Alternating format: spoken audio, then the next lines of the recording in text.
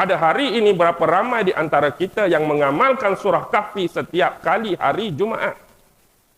Sesiapa yang membaca surah Al-Kahfi pada hari Jumaat, maka Allah akan menyinarkan cahaya untuknya sampai Jumaat yang akan datang.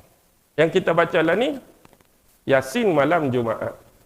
Tak salah baca Yasin malam Jumaat. Tak jadi bid'ah pun baca Yasin malam Jumaat. Kalau kita niat dan iktiqadkan apa yang kita baca tu kalam Allah. Niat apa yang kita baca tu firman Allah. Niat apa yang kita baca tu ayat-ayat Allah, dia dapat pahala. Bacalah surah apa pun. Kita baca Yasin pun kalau itu niat dan iktiqad, baca ayat Allah dapat pahala. Yang jadi bid'ahnya bila kita beriktiqad, baca Yasin malam Jumaat 1000 pahala lebih daripada orang lain. Baca Yasin malam Jumaat 1,000,000 pahala berbanding baca Yasin malam lain. Itu hak mengarutnya. Kalau kita niat nak baca Quran, tapi bila dah keadaan dah genting dan terdesak seperti ini, cuba ubah dan cuba tukar.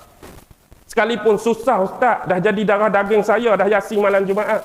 Malam Jumaat ni baca Yasin, malam Jumaat depan try lah baca Kahfi. Baca Jumaat depan Yasin, Jumaat depan Kahfi.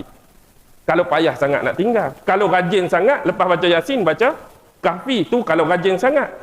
Ataupun malam-malam baca Yasin, aku baca pagi surah Al-Kahfi, malam aku baca Yasin, tak jadi masalah pun. Sebab Quran, ayat Allah, firman Allah, tak ada limit masa, tak ada limit tempat. Bila-bila masa boleh baca, mana-mana tempat boleh baca, kecuali tempat yang dimakruhkan, tempat yang diharamkan.